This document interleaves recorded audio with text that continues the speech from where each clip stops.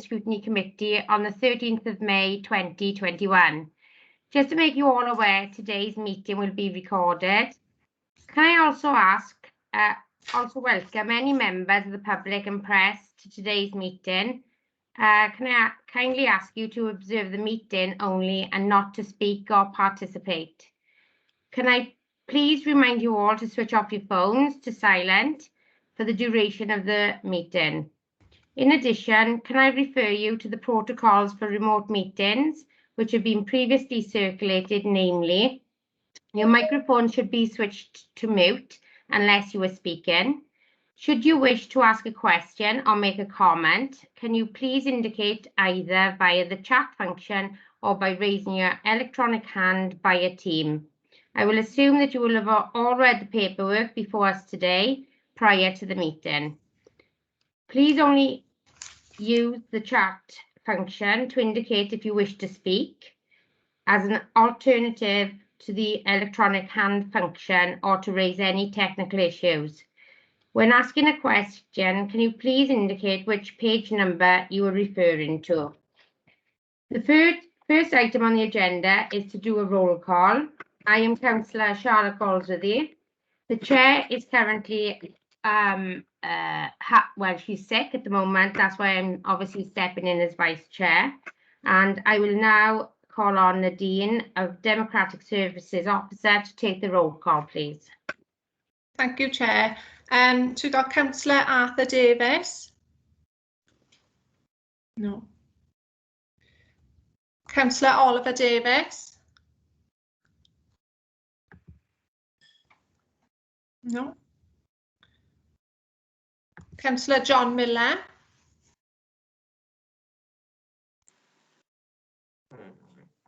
See there? He was having trouble trying to get in, I think. Councillor Paddison. Present. Councillor Sonia Reynolds. Present. Councillor Whitelock. Present, thank you, Chair. Councillor Arwyn Wilcock. Present, Chair. Councillor Carolyn Edwards. Present. Councillor Wyndham Griffiths. Present. Councillor Helen Kerry Clark. Present. Councillor Nicola Davis. Present. Councillor Alan Lockyer. No. Yeah, present, sorry. It wouldn't unmute. Councillor Peter Richards. Present, Nadine. We got officers Andrew Jarrett. Yeah, I'm present, Nadine. Angela Thomas. Yeah, present, Nadine. Kerry Warren. Shelley Howard. Robert Davis. Yeah, present, Nadine. Gaynor Richards.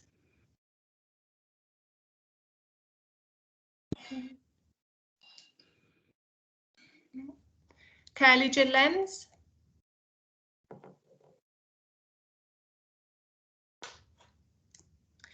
Lee Batchelor.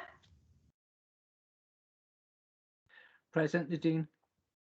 Helen Sinclair. Present. Mark Davis. Present. And Tammy Davis. Present, Nadine. Also, Councillor John Miller has joined the meeting since you called his name. Okay, thank you. Is there anybody I've missed? Yes, John Hodges, Legal Safeguarding Manager. Okay, thank you. Chair, I've also called in Gaynor Richards and Kelly Gillings. I think they had different times to come, but I've called them in for the roll call as well, so I believe they're present as well. As is Kerry Warren. I didn't hear her name being called. Sorry, I didn't hear her responding to a name being called, but I think she was on the call. Okay. Yeah, so today now, is that okay, Nadine? Everything done? Yeah, that's fine. Yeah, good. We have decided today to scrutinise items 8, 9 and 10. Andrew, if you want to come in about agenda 7. Yes, thank you, Chair. Very unusually, I'm asking for Cabinet to defer this item, and so I don't think there's any point in us looking and scrutinising it today. I'd like to defer it till the next meeting. In discussions with our legal advisors, I think that the policy is a good policy. The numbers won't change, but I think we need to link the policy closer to the legislation. And so there's a couple of bits in the paragraphs that we want to change, just to link them and refer them to the legislation, so that when it comes before you, it's fully complete. So I'd like to request to defer that to the next meeting. Yes, everyone's happy with that in briefing, Andrew, so that's no problem at all. We come on now to declarations of interest. If anyone obviously got any interest to declare. Right, obviously now we go to the minutes of 1st of April 2021 for approval. And I know that Councillor Woolcock have got a question there.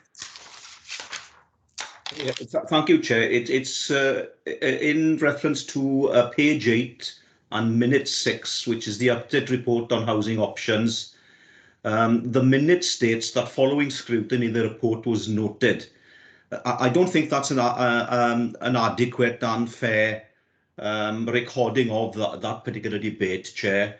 If you remember, it was I raised an issue about bringing empty homes into council ownership. And the need to set up a housing revenue account for that purpose. And the director indeed agreed to take the matter back to legal for further consideration. So I don't think that just noting it is sufficient, Chair. I think that needs to be reflected in the next minutes of exactly what was said. Thank you, Chair. Thank you. Andrew, do you want to come back on that? No, I agree that that would be a fair reflection of the discussion, Chair. Good. And Nadine will note that, yeah? Yeah, make sure it's noted in the minutes for accuracy. Okay, great. So if I move now back to the Cabinet papers. And as previously mentioned, we've decided to scrutinise items 8 and 10, and we have got one question on item 9 as well. So if we go on to a seconder, that's it. Sorry, Nadine, where have you been? I need a pause and a seconder for my minutes. So can I have a proposal and a seconder, please, for the minutes? I think Angela, do you want to come in? If I could, Chair, briefly, on page 7, it was mentioned at last scrutiny that there was a bit about the accessibility of the consultation documents on the Yes. website. I've taken that up with corporate colleagues. It's wider than our directorate, so they are looking into that. And there was also a request about the easy read version of our consultation documents. We've secured 10 training places with our training department for officers to be trained up on easy read. So that's all. Right, okay, and just if I can come in there, I think it's a big thank you to Shelley for obviously the easy read, because that was really good also. And I know that Lynette also have put that in their papers, okay? Thank you. Right, so for the minutes then, have we had a proposer and a seconder? I move the minutes as amended, Chair. I'll second it, Chair. Right, great, thank you all. Right, so if I can move now to the Cabinet papers, and we'll go straight into agenda 8, which is the regional co-production pack for the regional partnership. And Andrew, over to you. Yeah, thanks, Chair. I think it would be helpful. I know we don't normally say much on these reports, but we have got a couple of people that I think would want to say a few things. From my point of view, it's important for Scrutiny to remember that this is a regional co-production pack. So this has been developed by the Regional Partnership Board. Ostensibly, the members are across the region then, Swansea, a health board, Swansea Council, the health board, and Neath Talbot Council, amongst other representatives on the board, and you will see that outlined in a number of the reports today. Co-production Well, for me, it's not a new thing. The way that it's been framed now is certainly not new. It's always been important when we're planning and we're delivering services to make sure that we bring together all of those people who've got expertise. And of course, the users of our services or family who have users within their family have an expertise and a point of view to bring. And whilst we've been okay, I think, in the past at getting their representation and their views on existing plans, what we haven't been very good at is co-producing plans together. So in other words, getting people together and right from the beginning and saying, well, actually, how are we going to plan and deliver our services to the best effect? So this pack is our commitment to work towards that. Now, certainly from my point of view, I would say within our social services department, we're certainly not there yet.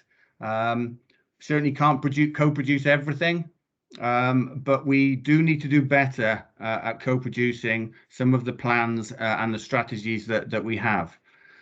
So that's my summary, Chair. I would like to hand on to, I don't know whether Gainer's going to say something about this or whether I hand straight on to Mark, who's a member of the co-production group.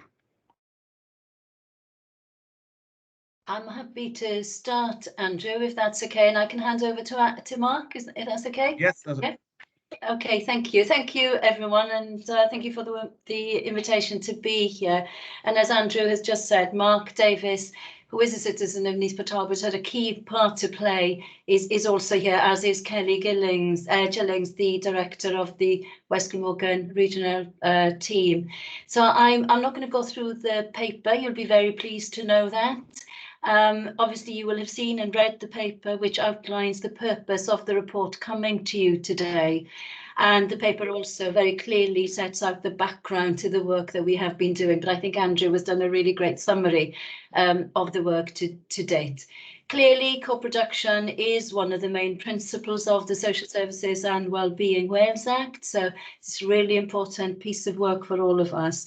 But can I just take this opportunity to thank all the citizens that have been involved and given up their time, but also to thank the staff from across all the agencies. And you won't thank me for this, but Andrew, thank you for your leadership, really, in ensuring that there has been engagement, certainly from Neath Talbot Social Services and from Neath Talbot and Swansea. So diolch yn fawr, Andrew.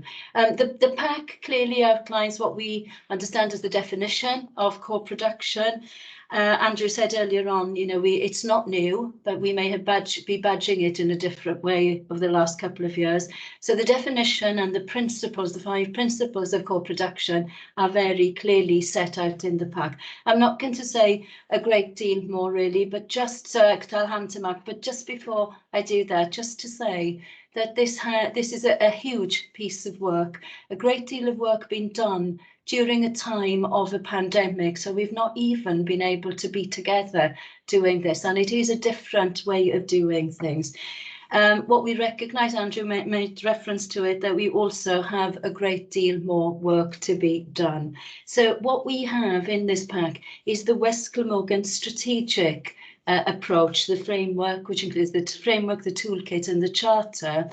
And that very great need, really, to have endorsement and sign-off from all the agencies. There will, however, as Andrew has said, be lots of those ways we've worked in the past, so it's not new. There'll be lots of informal practices that agencies and services that we'll be dealing with.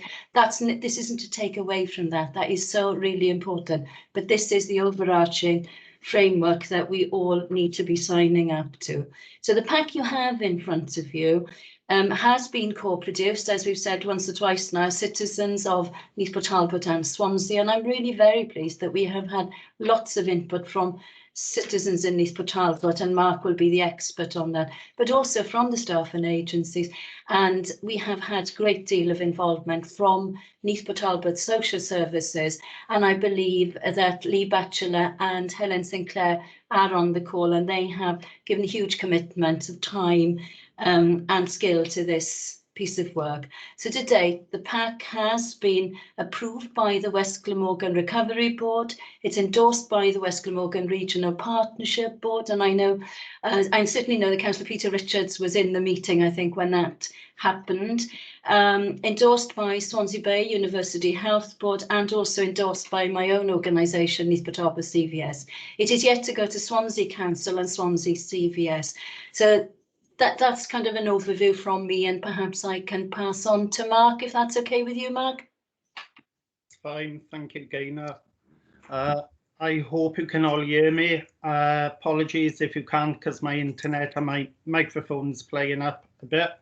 I don't want to talk long, other than or reiterate what Gaynor's just said. I think she's given a lot of information there, other than just to inform that the actual documentation has been co-produced with a variety of professionals, citizens and representatives with the carers associations.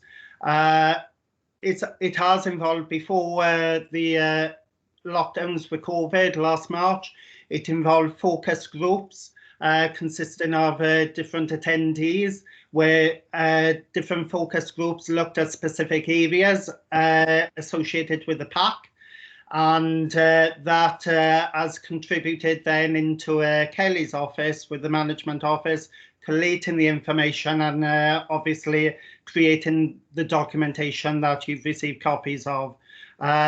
With the new governance structure due to come into force in the near future, with the changes with the operational boards and the steering groups, members of the working co-production group are very keen for this to happen in the near future and to become involved. So therefore, it will support the monitoring and evaluation processes involved with the implementation of the documentation.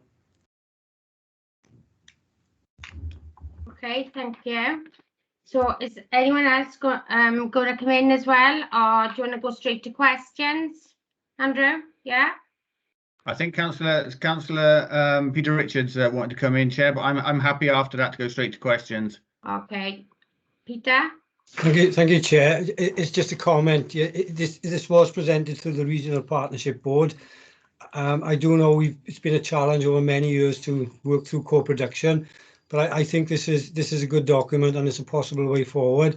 Andrew did mention there's a lot more work to go into it, but it is a working document at the moment.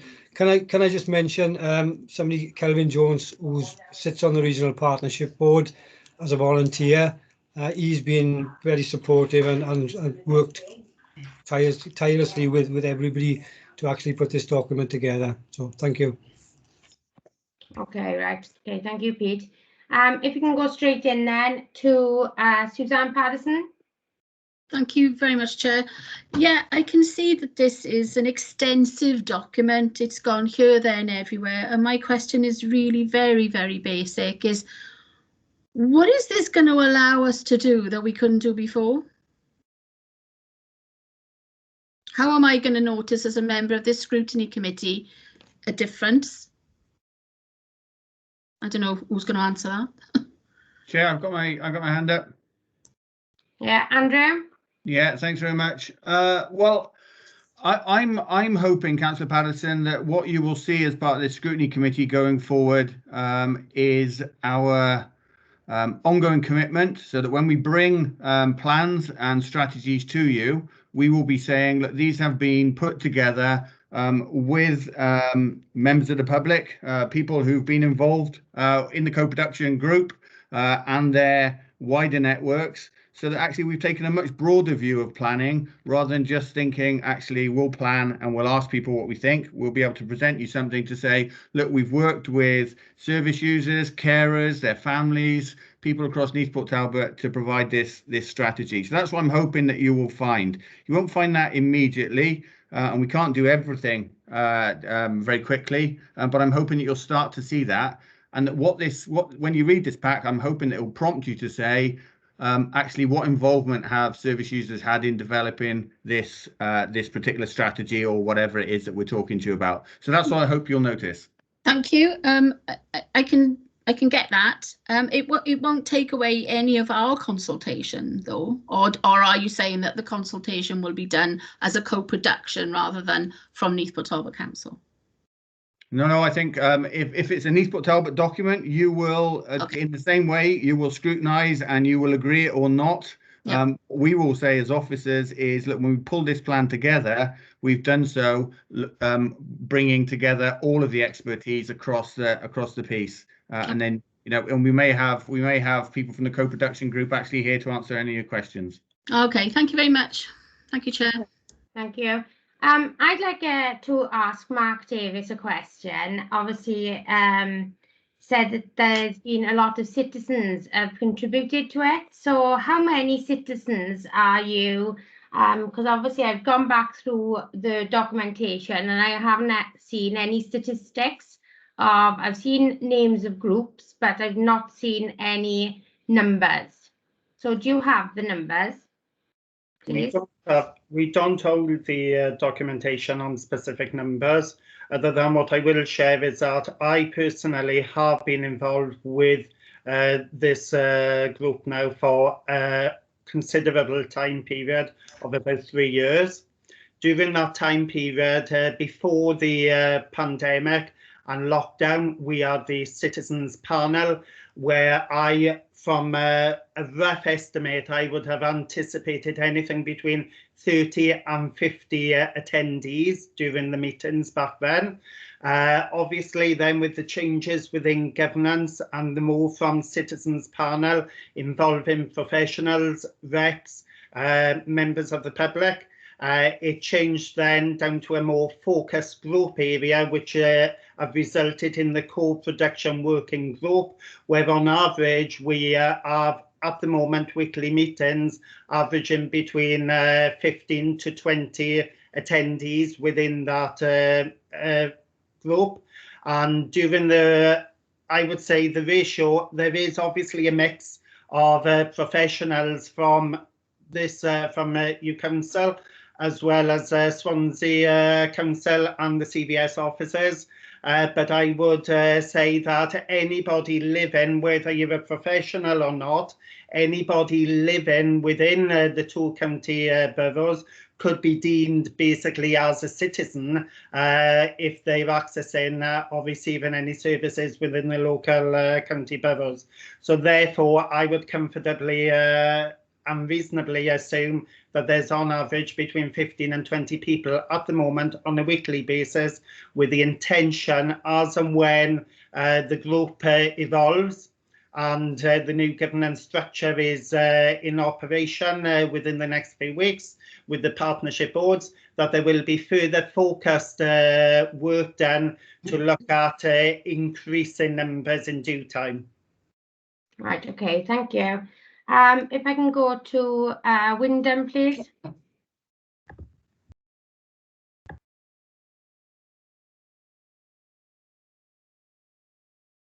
I think we got Gaynor Richards' hand up. Yeah, Gaynor. Yeah, sorry, Councillor Gove. So I was hoping to come in before you moved on, if that was okay. Yeah. Just on the numbers one, I mean, just following on from what Mark has said, people actually come and go as is appropriate for them, really. What we're also hoping to do is to raise the awareness further of the work of the co-production group. So we are planning, when possible, to have bigger events. There's also discussions around going to places like supermarkets, etc., just to raise the awareness and actually encourage people, should they wish to get involved, they would be very welcome as part of the engagement on this work. And it'll be ongoing, so it'll change at different times as well. Thank you, Gaynor. I asked the question because obviously the group was being up and running, and I checked on the social media site earlier, the West Glamorgan one. And obviously I just noticed that it had been going for 2 years and there was only 350 followers, something like that. So obviously to be like a citizen's voice and to engage with the public, I was expecting a substantial, higher number than that. And it's like when you look at co-production, Network Wales, they only had 500. And obviously they've been going about 8-10 years or more. So I was just, obviously, if it's a body that's going to be engaging with citizens, then I would have just expected a bit more out of it. So yeah, just to add to that, not all our members are actually connected to social media, if you like. So there's also people who are not digitally connected. So there's other routeways as well. yeah, no, and I appreciate that, So, but obviously there's a lot that are. Yeah. So Andrew, did I see Kelly Gillins wanting to come in? Don't know, you happy for me to come in? Yeah. Okay, Chair. Yeah, I think so I think what we're not saying is that we've reached a point where we are happy with the way everything's running, etc., and that we've got everyone involved, but we've got to start somewhere. My view is that actually the citizens who've been involved in the co-production group, have committed a huge amount of time and effort into helping us pull this together. And this is the plan which then starts to extend our opportunities for co-production. So these citizens have been helping to support us for a long time. They haven't been, we haven't been co-producing, and it's been really difficult during COVID and the pandemic to co-produce because we've been in emergency measures. I am hoping that when we show citizens how we're prepared to involve them in our planning, that more and more of them will get involved. So at the moment, I'm not surprised that it's not bigger than it is.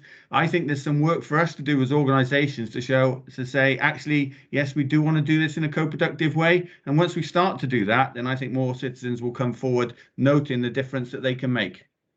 Okay, thank you. Kelly? Thank you, Chair. Yeah, and just to add to what Andrew was saying, the Facebook page that you were referring to is actually run and led by the citizens as well. It's got no connections to the West Glamorgan team or our statutory partnership. It's actually developed by themselves.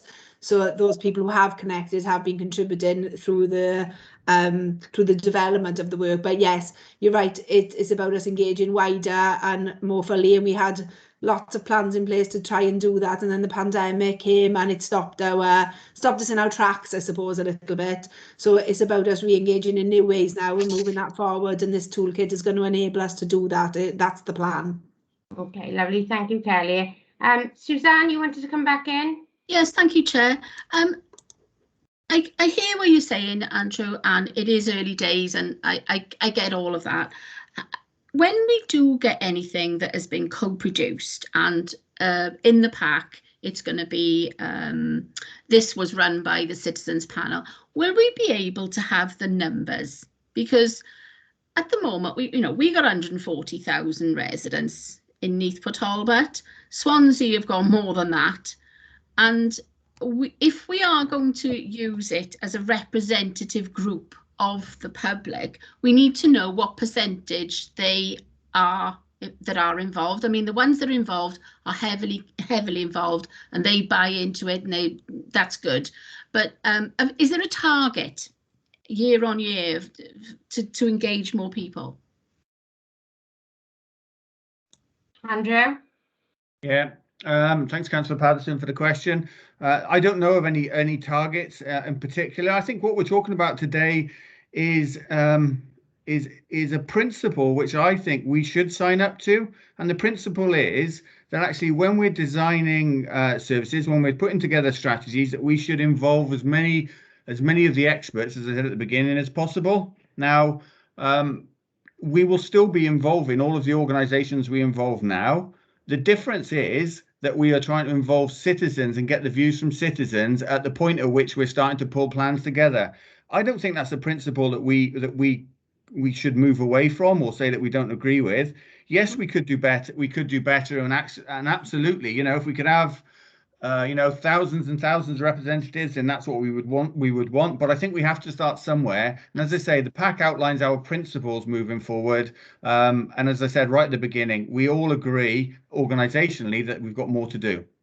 Yeah, and I'm not arguing with the idea, and I just wondered that when we do have something that's been co-produced and part of the pack says we've engaged with so many citizens, would we be able to know how many citizens that actually involved? But that's basically it, really.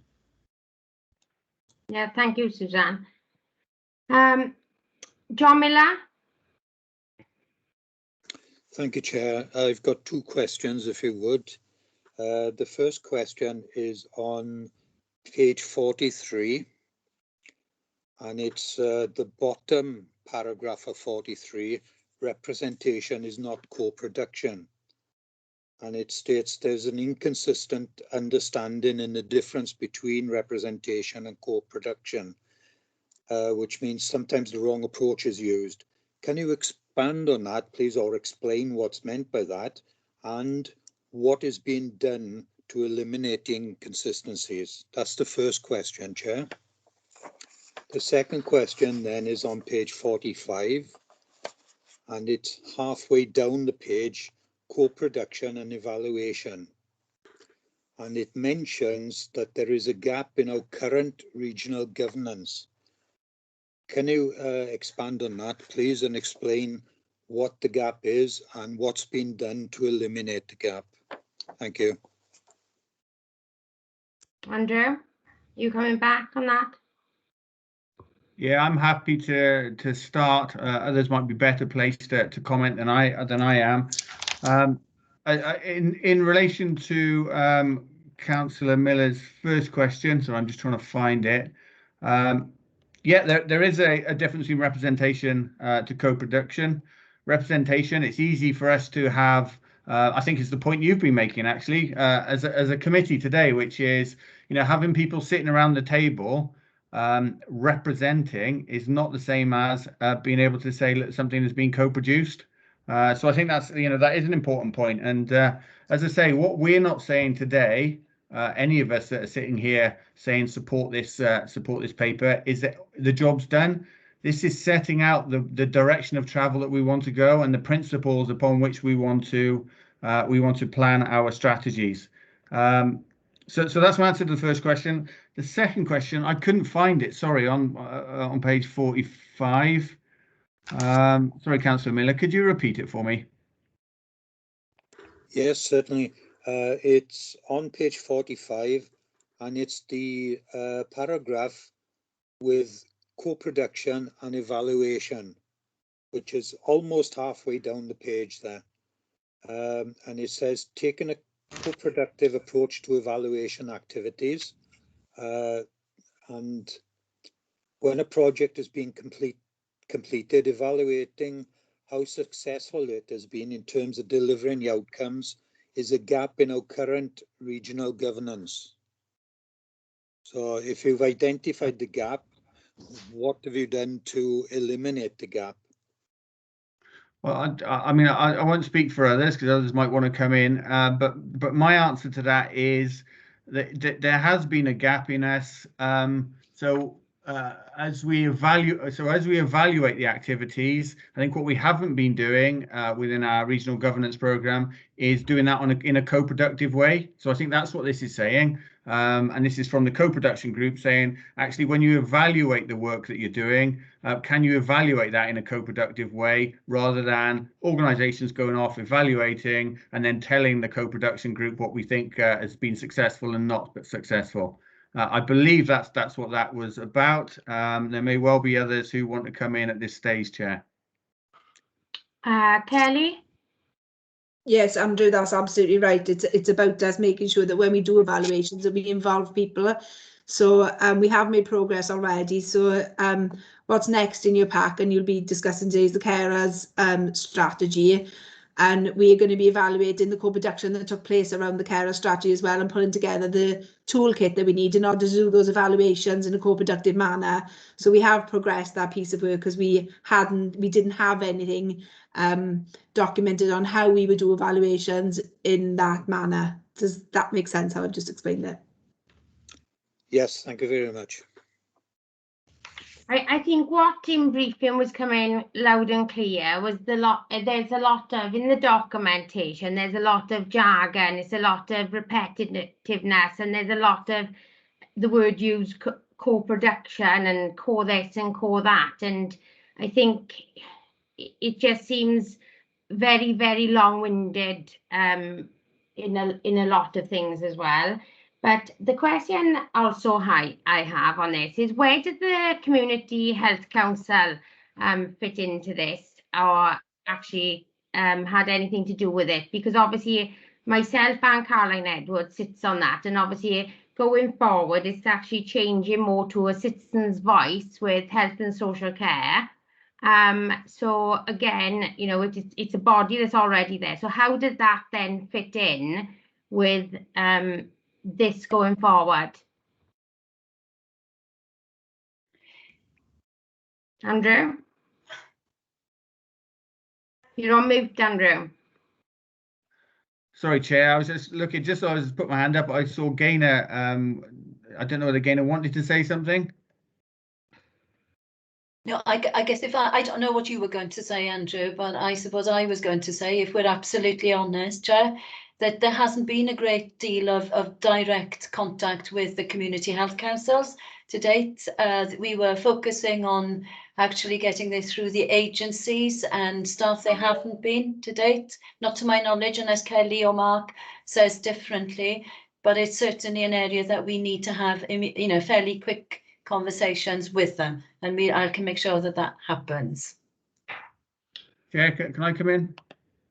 Yeah, of course. Yeah, I agree with Gaynor. I think, as I said right at the beginning, still work for us to do on this, and I think there's some work for us to do of joining up all of those different opportunities to co-produce some of our plans.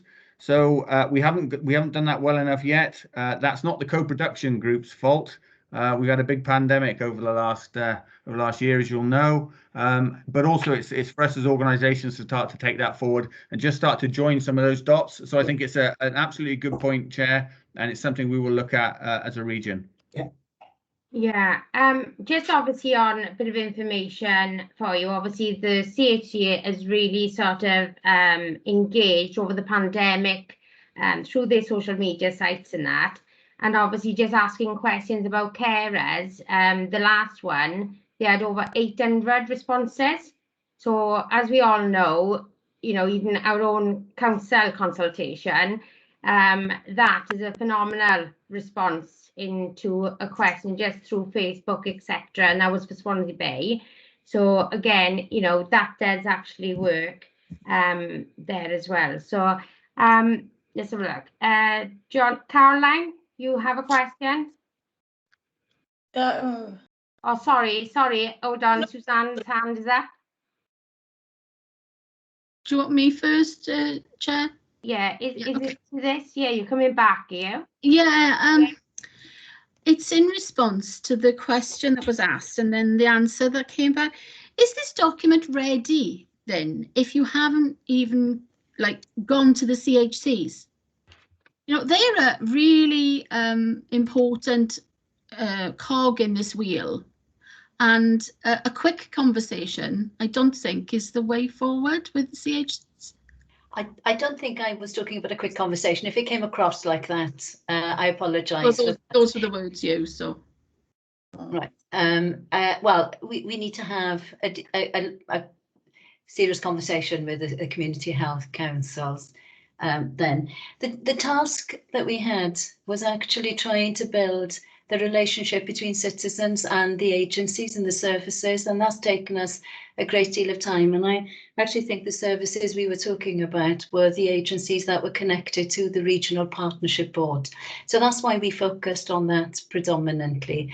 But we will certainly take the comment today and work with, and certainly have that initial discussion and work with the community health councils. Okay, thank you. Andrew?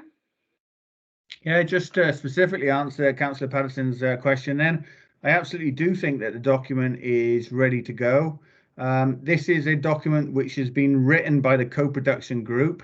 So it might not be in the style that we would have written it as council officers, and that's absolutely right that's the case. Is there more work to do? As I've said, yes, there is. You will want updates on this as we go forward, and you will, as Councillor Patterson has said before, you will want to see what the difference made is. But at the moment, and the stage that we're at the moment, I think this is an important document for this council to sign off as an indication that we support as social services the notion of co-production, and that we will have an ongoing commitment to that. Thank you, Andrew. You know me, I sometimes ask the question just to provoke the answer. So. Right, Caroline? Thank you, Chair. Oh, yeah, well, sorry, Caroline, have to bear with me. I can see Mark wants to come back in on that. Mark, Thank you.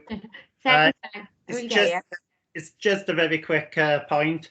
Anybody here today, like anybody living within the county boroughs, are more than welcome to come actively involved with us through the co-production group. It's an open invite to anybody who is affected by any services, whether it's through the health board or through council services. And I support what Gaynor have said. Yes, there is future work. And again, with Andrew, a lot of work is yet to occur. But the documentation underpins the requirement, in my opinion, to support any public sector organisation with their legal obligations and their duty to co-produce, and more importantly, an opportunity to ensure that monitoring and evaluation do also occur. But please, if anybody is here who wants more information, we at the moment have got structured working groups on a Wednesday supported with focus groups. Please contact any of us involved with that, and I'm sure we can sort a link out for you to join in and have a bit more awareness of what goes on within the weekly working co-production groups.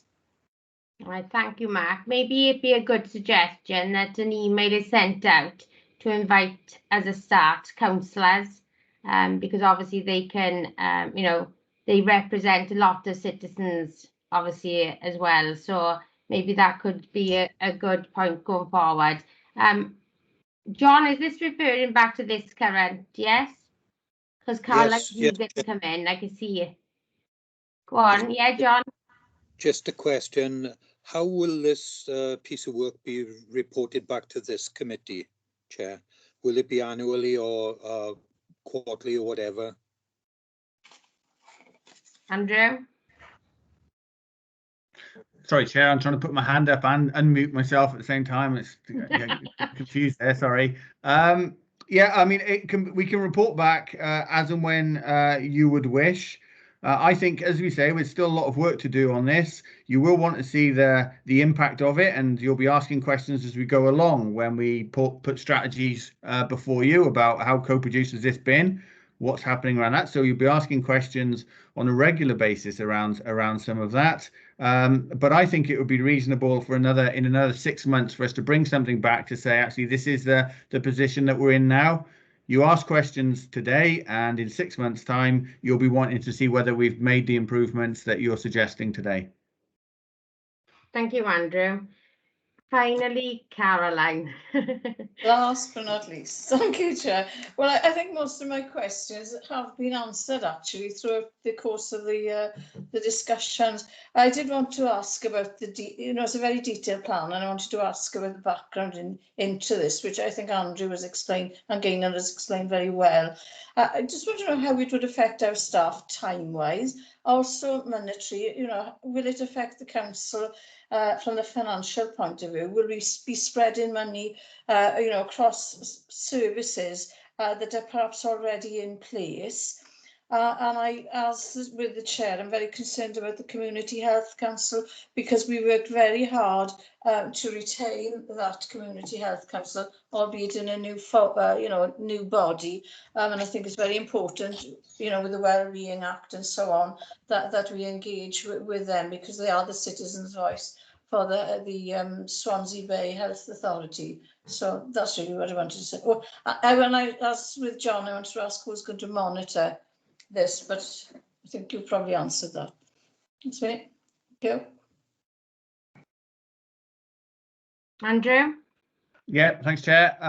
So you know, if we're going to do co-production properly, then there will be a cost to that. That will be a cost to the Regional Partnership Board and the monies that come into the region. That is built into the money that Welsh Government gives us for that purpose. As outlined, you know, this is in legislation that this should be done. But there'll be no additional cost because we are co-producing things over and above the organisation of it, really.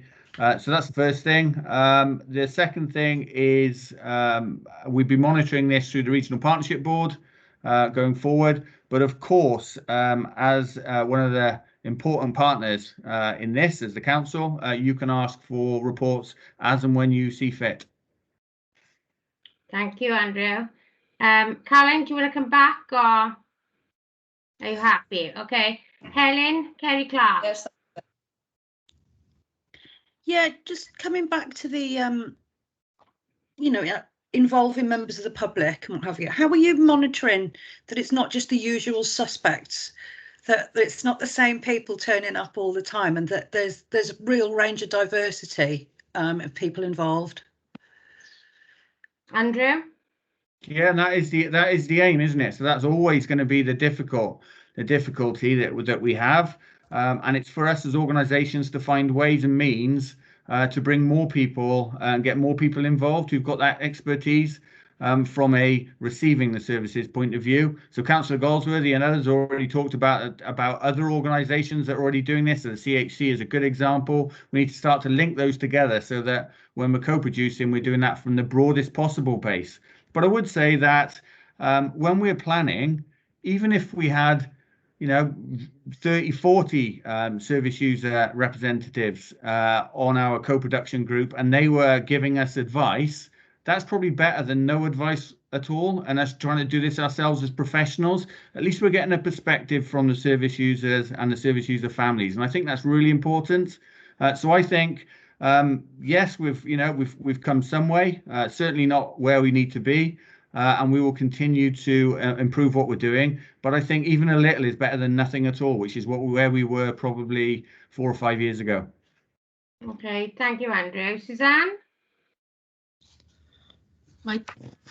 Just a quick, I totally get that, Andrew, and you've got to start from somewhere. I totally get that. But when going forward in the next 6 months, when we do get a report on how things are progressing, one of the questions I can give in advance will be, how many more people have you been able to reach than you did when you started? And I think that will always be something that members of this committee will probably, you know, be interested in, because as the chair has just said, it can sometimes be the usual suspects. So I will be interested in that going forward. Thank you.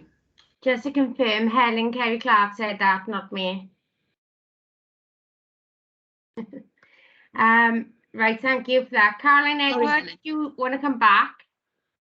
Yeah, yes, please. I think it's very important to note that if we do know, don't we, that people very often don't consider themselves to be carers, even though they are.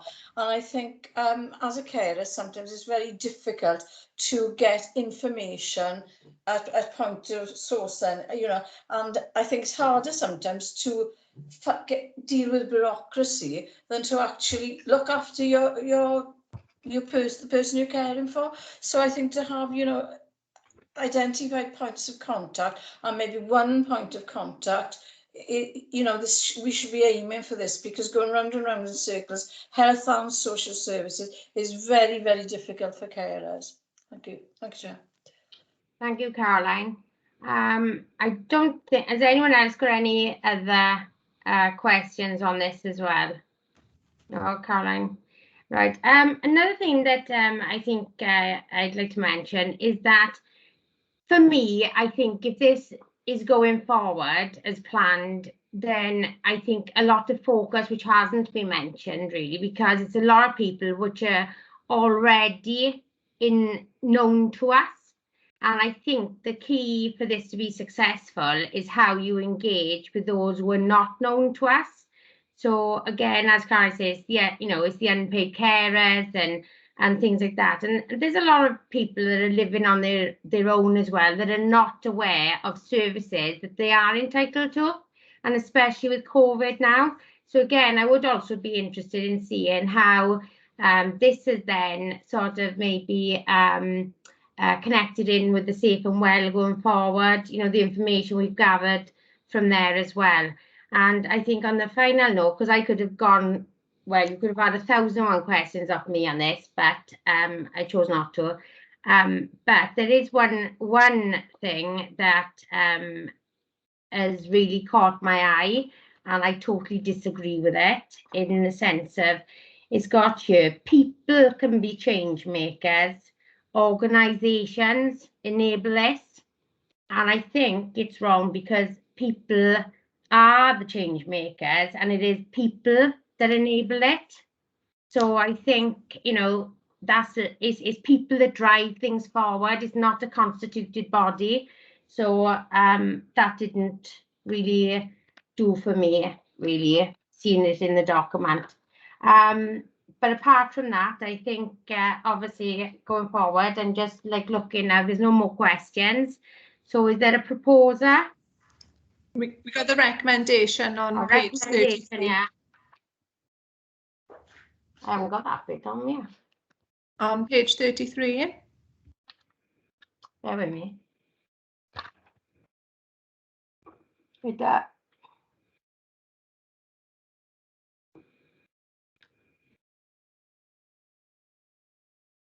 Yeah, given due regard to the attached integrated impact assessment, it's recommended for members to approve the endorsement of the West Glamorgan Regional Co-Production Park, which consists of co-production framework, co-production toolkit, and co-production charter. So obviously, going forward, do we have a proposer? I'll move, Chair. And second? Caroline. Thank you, Caroline. Yeah, great. Okay, moving on to agenda 9. I think there's only one question on this.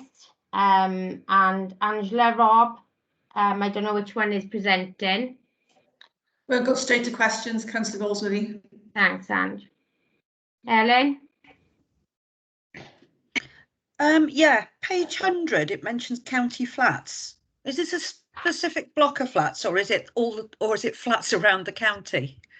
Because in other places it's mentioned, you know, names of streets. But it just says that's county the flats. Titanian development called County Flats. Right, okay. Question I do have is how are you monitoring the quality and the standard of the renovations? They are all done by the RSLs. They all have architects, surveyors. They have the whole professional design team on board. They all have to meet the standard, the design quality standards. They all have to meet a very high standard anyway. So they are all checked before they even come to us. So they have to go through that rigorous process before they even get allocated to us. So they're not checked by us at all? We'll have our building reg officers. Yeah, they will go out and check the standards to make sure it's all as per building regs. But they have to meet these standards anyway, these large quality standards, before they can get the funding. Right. So if they don't meet the standards, they don't get paid. Is yeah, that correct? Yeah, that's correct. Right. So has there been any work that you've refused to pay out on? No, the RSLs, to be fair to them, they all are well aware of the process. And they are doing a very, very good job in creating these new units. It's not just new units though, is it? It's renovations as well. Yeah. Yes, in a lot of circumstances, they'd be converting things like a pub or something. So they'd be creating an open space into units of accommodation. Okay. Can I just ask in addition, sorry, Charlotte, okay. If it's identified at a later date that there's problems with the work that you've paid out on, yeah, is there a mechanism for you to get the money back?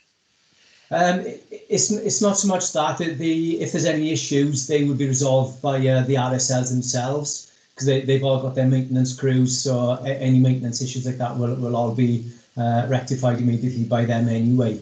The only thing that gets reclaimed back is they recycle the capital grant. So if they sell any of their properties, then they have to put that money back into new developments. Right, Ellen, if you've got any concerns now that about any of it, I suggest maybe that you just speak with Rob outside the meeting, and obviously he can ask questions or look a bit more into it for you. Is that okay? Yeah, we'll be happy to go through the process, no problem at all. Yeah, fab. Thank you. There's no other questions now for this, and obviously this item is no decision, it's just for noting. So if we can just move straight into agenda 10. Which is the 5-year West Glamorgan Regional Carers strategy. And Andrew, you were presenting on this? Not going to present for very long at all. I'm just going to say a few words and hand over to Gaynor Richards, who's done a huge amount of work on this, and I want to thank her for that. So we've all recognised, haven't we, about how hard carers have had to work during the last 12 months or more. You know, we really owe them a debt of gratitude. You know, they're doing it for their loved ones. We know that for the most part. They are unrecognised and probably haven't been supported in the way that they needed to have been because of the boundaries that the pandemic put around our abilities to do some of that. So as a region, we've been thinking really hard about, you know, how we support carers going forward, and this strategy outlines on a regional basis our 5-year plan. Gaynor, Chair, you happy for me to hand over Gaynor just for her to briefly introduce? Okay, thank you, Chair and Andrew. So again, taking the paper as read, and it does refer to unpaid carers. It is actually the very first ever regional carer strategy. And again, a great deal of work, as Andrew said, and thank you for your comments, Andrew, under what has been unprecedented times for people, and particularly carers have actually felt the brunt really of this pandemic. We have seen the figures nationally from Carers Wales, actually how increasing numbers of unpaid carers during the pandemic has risen by more than 100%, really. It's quite staggering. And just on that, before I go into this paper, actually, we were involved in working with agencies around, and particularly with and for carers, a carers emergency action planning guidelines during the pandemic, because the situation was really so very serious for them. But so many of them have actually taken the time to be involved with developing this piece of work. And the carers have been carers of all ages, really. So they have been our young carers, our adult carers, our parent carers, and older carers. So they've actually given a huge amount of time there. So the strategy sets out the vision and the mission with regards to supporting and improving services for carers across the region. I'm also really very pleased that we've been able to work closely with officers of Neath Talbot Social Services, with Andrew Potts in particular, and also Councillor Peter Richards' support along with Andrew's, and actually pausing, if you like, the implementation of local strategies, same happened in Swansea, to actually get this overarching framework there. But an overarching framework will also mean that the implementation will be local. So it's so important to have their input in there. So again, just on this, it hasn't been done under ideal circumstances. Lots of work done, but a huge amount still left to do. And I think, you know, Caroline saying very clearly about how difficult really health and social care is for carers to actually identify those points of contact. And so there's a lot more work that we want to do on that. Just for information, there has now been there's a huge amount of work following this piece of work with setting up a carers liaison forum, and that is drawing in carers in a way that we haven't seen that before. It's a forum, there's lots of workshop about what do they want, how do they want us to work together, and it's being, that carers liaison forum has been launched in the end of May, 24th of May. So this strategy has been approved by the West Glamorgan Recovery Board, endorsed by the Regional Partnership Board, endorsed by Swansea Bay University Health Board and Neath Talbot CVS, and comes today to seek your approval to endorse the 5-year strategy so that we can continue to improve services for our carers. Thank you. Right, we've only got, you're glad to know, one question so far. So that's Suzanne Paddison. Thank you very much, Chair. Yes, I have no problem in recommending that we sign up to this plan. It's quite comprehensive. As you say, there are things missing. One of the things I would like to ask, if it could be on the minds of people in the voluntary sector, is how unpaid carers get to and from the people they care from. The transportation costs can be prohibitive, and if there was any way of helping the unpaid carers, transportation with the volunteers, I'm not sure what is available, but could that be considered in with the carer strategy? Thank you. Shall I don't know if you can hear me or see me. Yes, My screen's frozen actually. Yeah, so you are, but we can hear you okay, Gay. Yeah, as long as you can hear me, really. I think the point, Councillor Paddison, you make about the cost to unpaid carers is an incredibly important point, really. What we can do from the voluntary sector perspective, I suppose, is work with those agencies like the carers services to actually look at applying for grants, etc., to do that, because we actually also recommend that if organisations work with volunteers, that they have policies, and good practice in volunteering will actually be about ensuring that there is all costs are paid. However, so many of these unpaid carers are actually also family members as well. And it's a difficult one, but I think it's a point well made, and I'm certainly happy to see what we can do. That's amazing. Yeah, thank you very much. Yeah, as a carer myself, and I think over the pandemic, I became more of a carer than a counsellor, to be honest with you. But even though it's been hard work, I've loved every minute because of the personal satisfaction it obviously brings. That's more rewarding than anything, but it is still emotionally and physically hard work, especially when you lose one, you know, obviously that you become to look after 3 times a day, and the volunteers, you know, they were adamant they wanted to care for the person because they got so attached to us rather than then going into the system and, you know, new people come in. So I think now going forward, it's where maybe a lot of focus could be put on, you know, the volunteers to maybe step up more and help those carers as well to have a bit of time to themselves, or, you know, even if it is going and doing the shopping and continuing to do things like that. And I think it is a bit of, you know, it's the good old community spirit is back, and I think that's a good thing that's come out of COVID, to be honest. But I'm fully aware how passionate you've been ever since I've met you, Gaynor, you know, Peter, Andrew, all the staff when it comes to the carers, and I think it's been an amazing job going forward. So I think we all, you know, totally support this. And obviously, so, you know, if there's no more questions, then obviously I'll just look for a proposer. I just come back on some of that. This is very odd because you're all frozen on my screen as well, so I apologise, so I don't know who's saying what.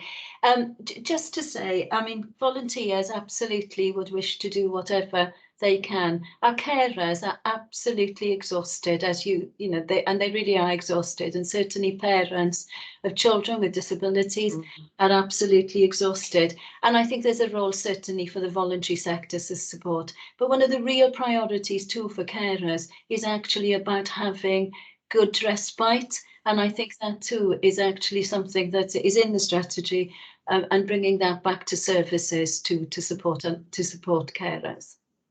Definitely, I agree. Peter, you want to come in? Yeah, again, Chair, you know, I welcome this document. You probably know how much work's gone into carers. I've been a carers champion since the last 4 years. We were making good headway. We had a strategy group, which Gaynor was part of, supporting me. We had Lee was on this call today. Lee was supporting me. Then Andrew Potts, we were having regular coffee mornings, although not well attended at the time. They were starting to grow. We were starting to get a better understanding on carers' needs and requirements, and we were trying to champion that for them. All of a sudden, this wretched virus come along and knocked us backwards. Okay, so I really do welcome this going forward. I have personally kept in touch with carers. They phone me from time to time. You know, they're the usual people who've got the most challenges. And Gaynor again mentioned respite. That has been a difficult, you know, very, very difficult for us, because these people have been 24/7, day after day, looking after their loved ones with no support. So, you know, all I'll say to you is I'm passionate about it as a carers champion. I work with Gaynor, and we'll take this forward. And hopefully, once we get out of this crisis, you know, we can move forward again. But you know, it's a start. You know, we're not there yet, but we're conscious with a strategy going forward. We work through that. Andrew, myself, Angela, and we're going to go forward. Thank you. Thanks, Pete. Does anyone else want to come in now? Obviously, no, that's me. No, I can't see any hands up now. So obviously, I'll just look for a proposer, please. Sorry, the recommendation. No, recommendation. I can read it somewhere. What page is that? Page 109. Thank you. It goes over to 110 then. Yeah. Okay. Right. Recommendation. Given due regard to the attached integrated impact assessment, it is recommended that members approve the endorsement of the 5-year West Glamorgan Regional Carer Strategy and supporting quick reference guide document. Can I have a proposer, please, for that? Move, Chair. Thanks, Suzanne. And thank you, Caroline Edwards. Yeah. It's always that time when your daughter phones you, eh?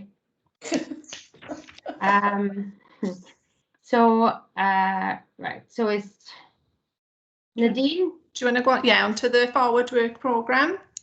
Yeah.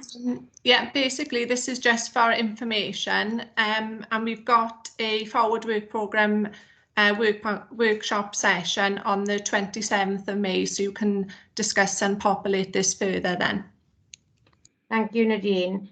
And there's no urgent items. So I'd like to thank you all for today. And that's how quick it is. Thank you, Chair. Well done. Thank you, Chair. Thanks, Chair. Bye. Bye. Bye. Bye, everybody.